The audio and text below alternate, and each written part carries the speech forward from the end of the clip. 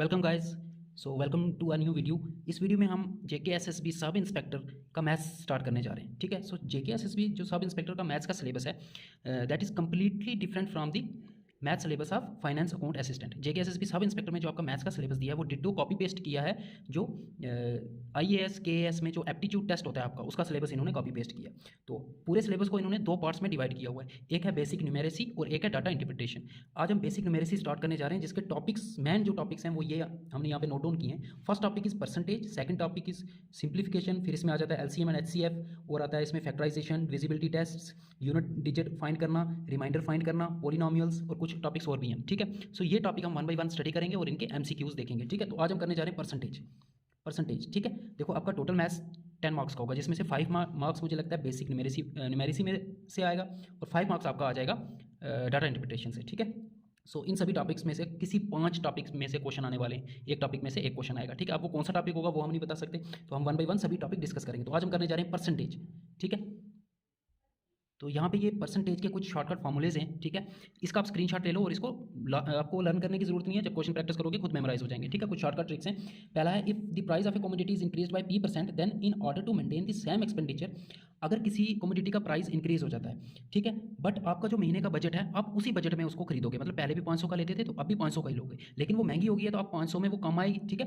तो आपको decrease in consumption मिलेगा, आपकी जो कंजप्शन है वो डिक्रीज करनी पड़ेगी। पहले 500 में अगर 5 किलो आता था तो अब 500 में 5 किलो नहीं आएगा, उससे कम आएगा। तो कितनी कंजप्शन डिक्रीज करनी पड़ेगी परसेंटेज में अगर फाइंड करनी है, डिक्रीज इन कंजप्शन आपका हो जाएगा 100p upon 100 plus p percentage, इतनी परसेंटेज डिक्रीज इन कंजप्शन हो जाएगी। सिमिलरली अगर उस कमोडिटी का प्राइस जो है वो डिक्रीज हो जाता है तो अब आपकी कंजप्शन इंक्रीज हो जाएगी। अगर आपका एक्सपेंडिचर सेम रखना है, मतलब पहले आप 500 का लेते थे, अगर सपोज 5 किलो आता था तो अब उसका रेट डिक्रीज हो गया तो अब 500 में 5 किलो तो नहीं आएगा, 5 किलो से ज़्यादा आएगा। इसका मतलब आपकी कंजप्शन अब इंक्रीज हो जाएगी। तो कितनी इंक्रीज होगी? वो इंक्रीज हो जाएगी 100p upon 100 minus p percentage. जब ये फॉर्मूले हम क्वेश्चन में यूज करेंगे तो बिल्कुल क्लियर हो जाएंगे आपको। फिर है एक point, if a is p% more than b then b is, अगर a जो है वो b से कितना ज्यादा है, p% ज्यादा है, तो इसका मतलब b जो है वो a से p% ज्यादा नहीं होगा। ठीक है। परसेंटेज का ये तो खेल होता है। अगर a जो है वो b से p% ज्यादा है तो b जो है वो a से p% कम नहीं होगा, वो फिर इतना कम होगा, कितना? 100p upon 100 plus p%। Similarly if a is p% less than b then b is 100p upon 100 minus p% more than a। कहने का मतलब ये हुआ, अगर a b से p% ज्यादा है तो b a से कम होगा, कितना कम होगा? p% कम नहीं होगा, इतना कम हो जाएगा। ठीक है। सिमिलरली अगर a कम है b से तो b फिर ज्यादा होगा a से, कितना ज्यादा होगा? इतना ज्यादा हो जाएगा। तो कैसे याद रखना है? मोर वाले केस में प्लस आएगा नीचे और लेस वाले केस में नीचे माइनस आएगा। ये फॉर्मूले कमोडिटी वाले और ये वाले फॉर्मूले सेम है। ठीक है।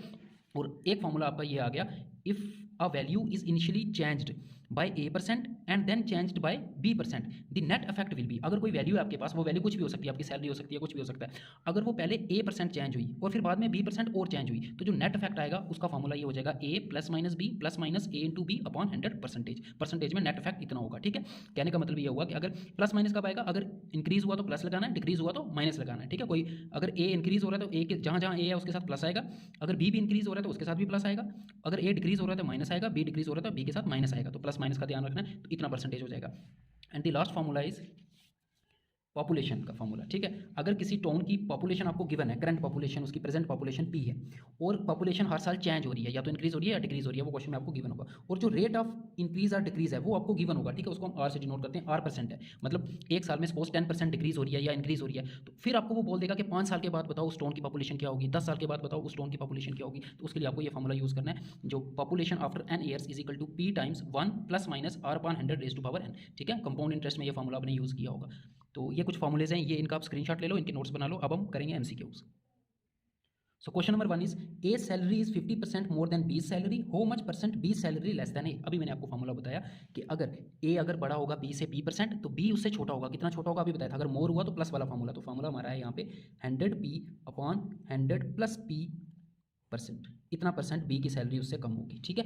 अब इसको पुट कर दो वैल्यू, पी की वैल्यू 50% है। ठीक है। कितना ए कितना ज़्यादा था वही बी होगा, तो 100 into 50 upon 100 plus 50% which is equal to 100 into 50 आपका हो जाएगा 5000 डिवाइडेड बाई 100 प्लस 50 हो जाएगा आपका 150। एक जीरो आपका हो गया कैंसिल, ये 5 के टेबल से करते हैं, 3 5 15, 100 5 500, तो आपका आंसर आ गया 100 अपॉन 3%। ठीक है। मिक्स फ्रैक्शन में आंसर दिया हुआ है, तो 100 अपॉन 3 को मिक्स फ्रैक्शन में जब लिखोगे तो क्या आता है? 33 into 1/3%। This is your answer. So C part is your answer. Question number 2.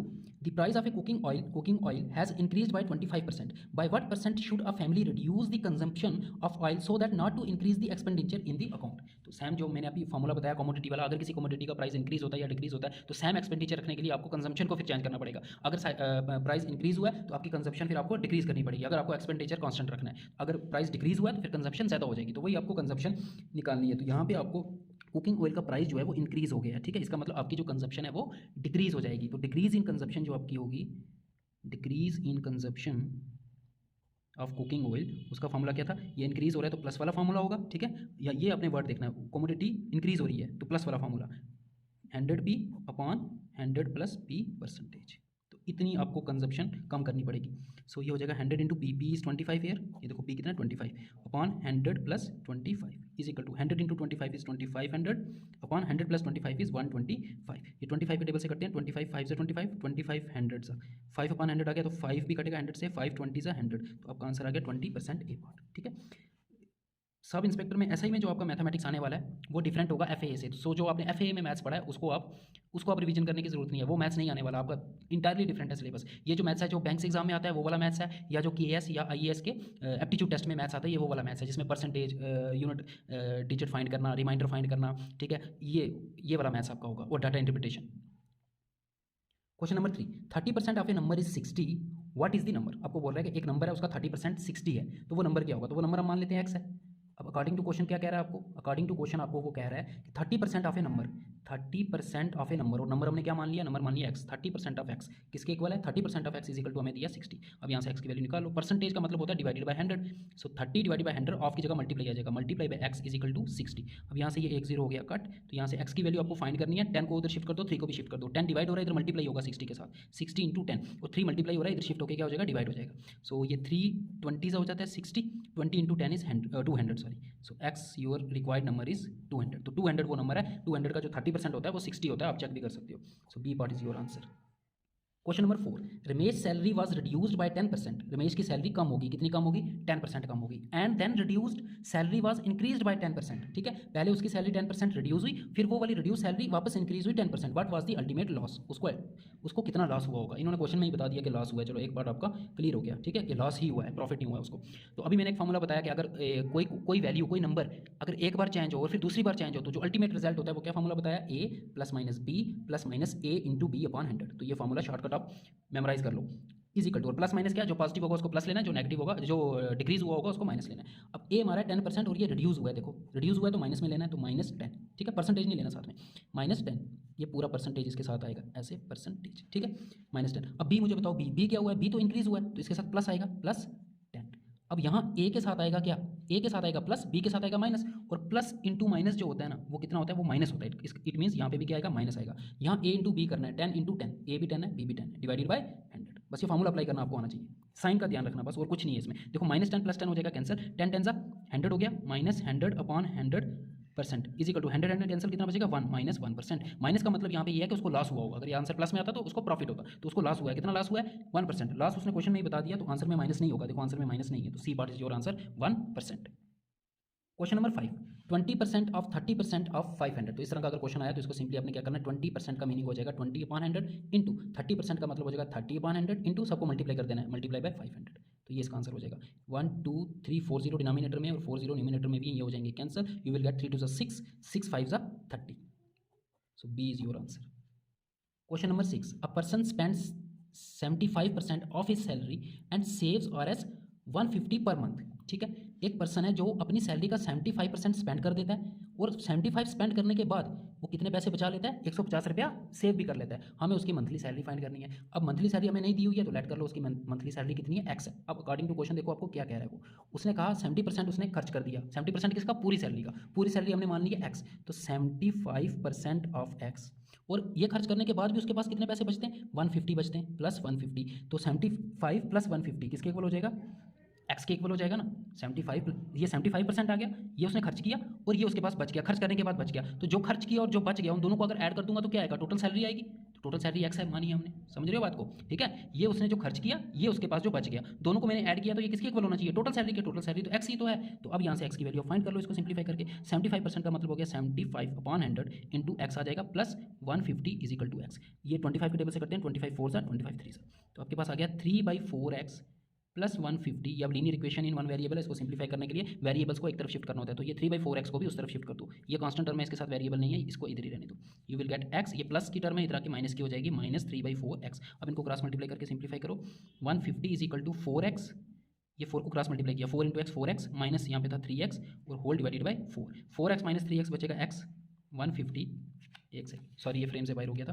150 is equal to 4x minus X हो जाएगा आपका x डिवाइडेड बाई 4, 4 डिवाइड और इधर मल्टीप्लाई हो जाएगा, x will be equal to 150 into 4 600। So उसकी जो salary थी वो कितनी थी, वो थी आपकी 600, ठीक है।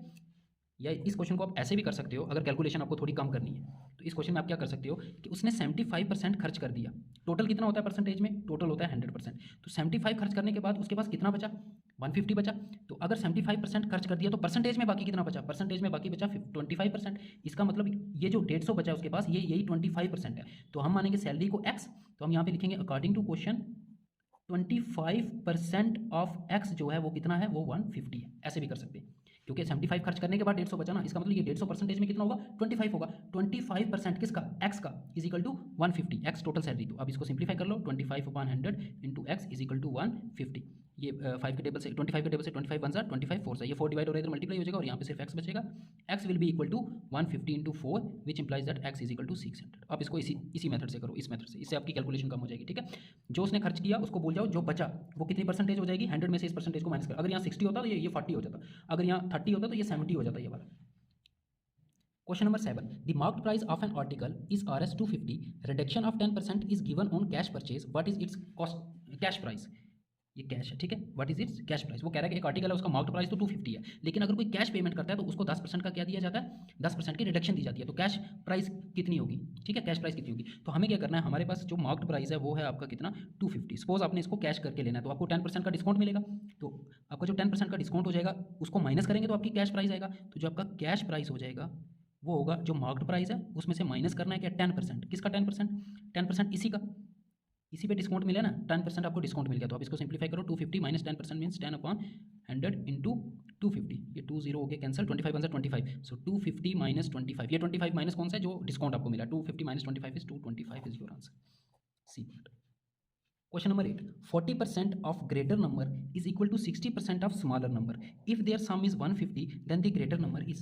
तो क्वेश्चन नंबर 8 में आपको दो नंबर्स की यहाँ पे बात कर रहा है वो, ठीक है, और आपको दिया कि 40% of greater number is equal to 60% of smaller number if their sum is, और उन दोनों नंबर्स का आपको सम भी दिया हुआ है। तो आप लेट कर लो कि एक नंबर x है, लार्जर नंबर x है, लार्जर नंबर हमने मान लिया x है, तो स्मॉलर नंबर कितना हो जाएगा मुझे बताओ, क्योंकि दोनों का सम आपको दिया है 150, तो अगर तो दूसरा नंबर हो जाएगा 150 माइनस x, क्योंकि उन दोनों का सम 150 है ना। सपोज मैं कहता हूँ दो नंबर है, दोनों का सम है 150 और एक मैं कहता हूँ कि एक 70 है, तो दूसरा कितना होगा, दूसरा होगा 150 माइनस 70, दैट इज दूसरा हो जाएगा आपका 80, दूसरा कितना हो जाएगा 80। 80 कैसे आया, 150 में से 70 को माइनस किया, तो एक नंबर अगर x है तो दूसरा हो जाएगा 150 माइनस x। अब अकॉर्डिंग टू क्वेश्चन आपको क्या कह रहा है वो कंडीशन लगा दो, वहाँ से x की वैल्यू मिल जाएगी। 40% of greater number, so 40% of greater number हमने माना x is equal to 60% of smaller number, 60% of smaller number कितना है 150 minus x। 40% means 40/100 into X is equal to 60% means 60/100 into 150 minus X, which implies that ये एक zero हो जाएगा cancel, you will gate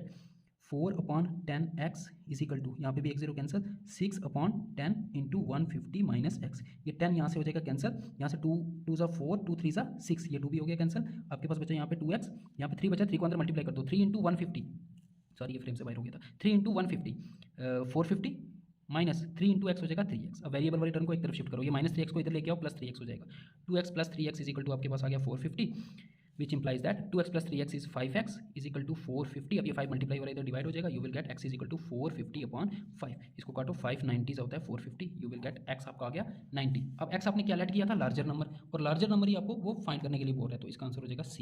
अगर उसने स्मॉलर नंबर का पूछा होता तो वो हो जाता 150 माइनस x, फिर ये आंसर नहीं होता। सपोज अगर इसी क्वेश्चन में वो पूछता स्मॉलर नंबर बताओ, तो ये आपका आंसर नहीं होता 90, आपका आंसर होता x की वैल्यू यहाँ पुट करो 150 माइनस ये स्मॉलर नंबर है 150 माइनस 90 60, फिर आपका आंसर हो जाता 60, ठीक है। Question number 9, if x% of y is 100 and y% of z is 200 then the relation between x and z is. तो जो आपको क्वेश्चन में दिया है उसको यूज़ करो तो रिलेशन निकल जाएगा x और z में। पहले क्या दिया है आपको दिया है x% of y is equal to 100, ठीक है। और दूसरी कंडीशन भी लिख लो, एंड दूसरी कंडीशन आपको दिया है y% of z is equal to 200। अब इनको सिंप्लीफाई करो, x% means x upon 100 into Y is equal to 100 and y% means y upon 100 into Z is equal to 200। अब आपको रिलेशन निकालना है किसके बीच में, x और z के बीच में। उसके लिए आपको इन दोनों इक्वेशंस को डिवाइड करना होगा, क्योंकि y को एलिमिनेट करना है ना, क्योंकि y नहीं हमें चाहिए, हमें चाहिए सिर्फ x और z के बीच में रिलेशन आपको फाइंड करना है। तो y को एलिमिनेट करने के लिए इन दोनों इक्वेशंस को डिवाइड करना होगा, y कैंसिल हो जाएगा। तो हम क्या करेंगे, इसको मान लो इक्वेशन फर्स्ट, इसको इक्वेशन सेकंड, इन दोनों को डिवाइड कर दो। तो फर्स्ट डिवाइडेड बाय सेकंड, तो लेफ्ट हैंड साइड फर्स्ट की आपके पास है x upon 100 multiply by Y. इसको डिवाइड करोगे आप लेफ्ट हैंड साइड किसकी, दूसरी इक्वेशन की, वो है आपके पास y अपॉन 100 इंटू जेड है, ये 2 नहीं है, ठीक है, इंटू जेड। और right hand is equal to, और राइट हैंड साइड को राइट हैंड साइड से डिवाइड करते हैं, ठीक है। दो इक्वेशन को डिवाइड ऐसे ही करते हैं, लेफ्ट हैंड साइड को लेफ्ट हैंड साइड से और राइट हैंड साइड को राइट हैंड साइड से। तो इसकी राइट हैंड साइड क्या है 100 डिवाइडेड बाय, और इसकी राइट हैंड साइड क्या है 200। अब देखो यहाँ पे ये 100 और 100 भी कैंसिल हो जाएगा, ये y और y भी कैंसिल हो जाएगा, you will get x upon z बचा आपके पास, सिर्फ क्या बचा आपके पास, which implies that x upon z is equal to, और यहाँ पे देखो 2 0 कैंसिल हो रहे हैं, सिर्फ बचेगा 1/2। अब 2 इधर x के साथ मल्टीप्लाई हो जाएगा 2x, और z इधर 1 के साथ मल्टीप्लाई हो जाएगा, z इंटू 1 z ही आएगा। तो ये रिलेशन आपके पास आ गया, z is equal to 2x या 2x is equal to z, ठीक है। z is equal to 2x और 2x is equal to z। अब ऑप्शन में देखो कहाँ, ये है बी ऑप्शन में, z is equal to 2x। Question number 10, if 20% of an electricity bill is deducted then Rs 100 is still to be paid, ठीक है। अब एक इलेक्ट्रिसिटी बिल है जिसमें से 20% आपने पे कर दिया है, 20% आपने इलेक्ट्रिसिटी बिल पे कर दिया है, बट 20% पे करने के बाद जो बचा है वो आपको परसेंटेज में नहीं दिया, कितना बचा है 100 रुपया, फिर भी अभी आपको बिल आपको देना है। How much was the original bill आपको फाइंड करना है, ठीक है। तो ओरिजिनल बिल को मान लो x है।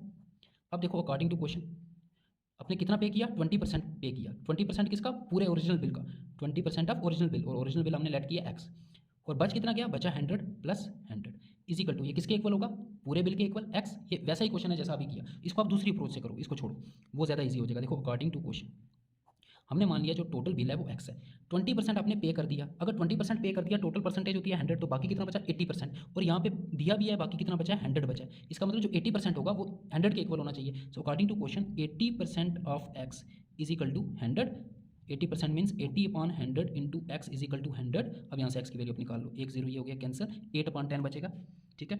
8/10 into X is equal to 100। अब 10 डिवाइड हो रहा है इधर मल्टीप्लाई, और 8 मल्टीप्लाई हो रहा है इधर divide, so x will be equal to 100 into 10 divided by 8। So x will be equal to, यह आ जाएगा 1000/8, 1000/8। यू विल गेट, यह आ गया 500/4, और फिर काटा 2 के टेबल से तो यू विल गेट 250/2, और फिर 2 के टेबल से फिर से काटा, यू विल गेट 125।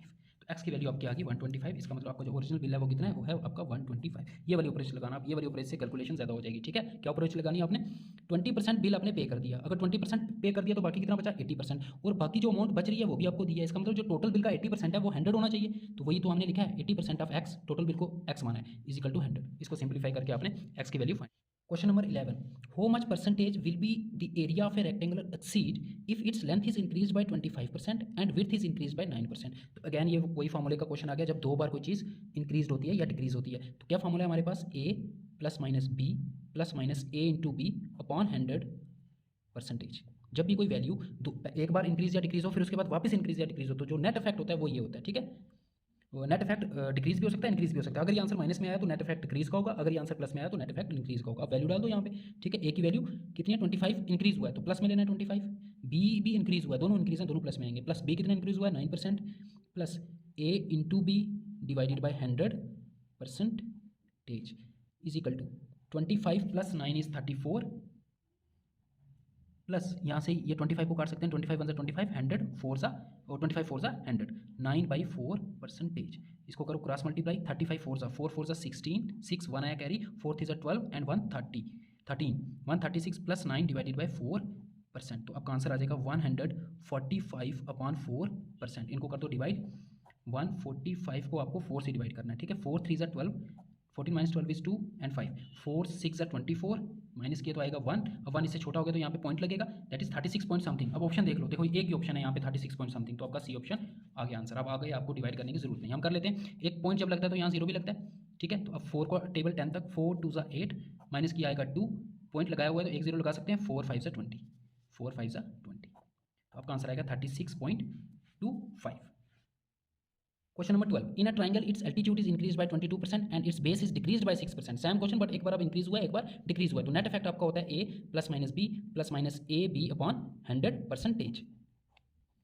अब यहाँ पे ए इंक्रीज हुआ है तो वो पॉजिटिव लेना है, बी डिक्रीज हुआ है तो वो नेगेटिव लेना है आपने। ए आपका 22 है तो यहाँ पे आ जाएगा 22, बी जो है वो डिक्रीज हुआ है तो माइनस में लेना है, -6 प्लस ए आपका आ जाएगा, देखो ए आएगा प्लस में, बी आएगा माइनस में, तो प्लस माइनस यहाँ पे माइनस ही आएगा, प्लस माइनस माइनस होता है। अब ए कितना है 22 इंटू बी कितना है 6 डिवाइडेड बाई 100%। ठीक है, 22 माइनस 6 ये आपका हो जाएगा 16 minus 22 into 6, 6 2 12, 2 1 carry, 6 2 12, 113, 132 upon 100, 132 upon 100% is equal to 100 into 16 हो जाएगा आपका 1600 माइनस 132 अपॉन 100%। ये आपका हो जाएगा 1600 माइनस 132, क्या बचेगा आपके पास 1400 एंड 32 माइनस किया तो 68 डिवाइडेड बाय 100। 100 से जब इसको डिवाइड करेंगे तो पॉइंट आ जाएगा 2 स्टेप पीछे, तो ये हो जाएगा 14.68%। तो ये ऑप्शन देख के डर नहीं जाना एग्जाम में कि ये पॉइंट में आंसर आई, इतनी कैलकुलेशन कौन करेगा। देखो बिल्कुल इजी कैलकुलेशन थी, 100 से डिवाइड करना था, पॉइंट ही आ गया, तो 14.68%। Question number 13, the current population of a town is 1 lakh, the population of town decreases at a rate of 10% per year. एक टाउन है जिसकी पॉपुलेशन अभी करंट पॉपुलेशन उसकी 1 लाख है और हर साल उसकी पॉपुलेशन डिक्रीज हो रही है at a rate of 10%। What will be the population after 3 years. तो वही पॉपुलेशन वाला फॉर्मूला जो मैंने अभी आपको बताया था, किसके इक्वल हो जाता है, पॉपुलेशन आफ्टर n ईयर्स जो होता है वो होता है p इंटू 1 प्लस और upon 100 raise to power n। यहाँ पे प्लस आए, प्लस माइनस होता है सॉरी, यहाँ पे प्लस तब आएगा जब ये रेट उसका इंक्रीज का है और माइनस तब आएगा जब रेट डिक्रीज का है। तो रेट यहाँ पे डिक्रीज का है तो यहाँ पे आएगा माइनस आपका, तो यहाँ माइनस ले लेना आपने। ठीक है, तो पॉपुलेशन अभी करंट पॉपुलेशन कितनी है 1 लाख, तो यहाँ पे आ जाएगा 1 लाख 1, यहाँ पे आएगा माइनस बिकॉज रेट जो है वो डिक्रीज हो रहा है और रेट कितना है 10% का, सो आर की जगह 10 upon 100 raise to power n। ये एक जीरो हो जाएगा कैंसिल, यहाँ बचेगा 1/10। ठीक है, अब इसको सिंप्लीफाई कर लो, सॉरी एन की वैल्यू नहीं हमने पुट की, एन कितना है, कितने ईयर्स के लिए निकालना है, कितने ईयर के बाद 3 ईयर्स के बाद, तो एन की वैल्यू 3 है यहाँ पे। ठीक है, तो ये क्रॉस मल्टीप्लाई होगा 10 1 से 10 माइनस 1, 10 माइनस 1 इज 9, तो आएगा 9 upon 10 raise to power 3 is equal to 1 lakh. अब 9 अपॉन 10 पावर 3 है, इसका मतलब इसको 3 बार मल्टीप्लाई कर दो, 9/10 इंटू 9/10 इंटू 9/10, तो ये 3 जीरो तो हो जाएंगे कैंसिल आपके इसके साथ। सो 9 9 ज़ा 81, 81 9 ज़ा 9 1 ज़ा 9, 9 8 ज़ा 72, 729 और ये 100 भी है, 100 इंटू 729, तो आपका आंसर आ जाएगा 72900। इतनी पॉपुलेशन बचेगी उस टाउन की 72900 आफ्टर 3 ईयर्स। ठीक है, अगर आफ्टर 4 ईयर्स पूछता तो यहाँ इनकी जगह 4 पुट कर देना है आपने। ठीक है,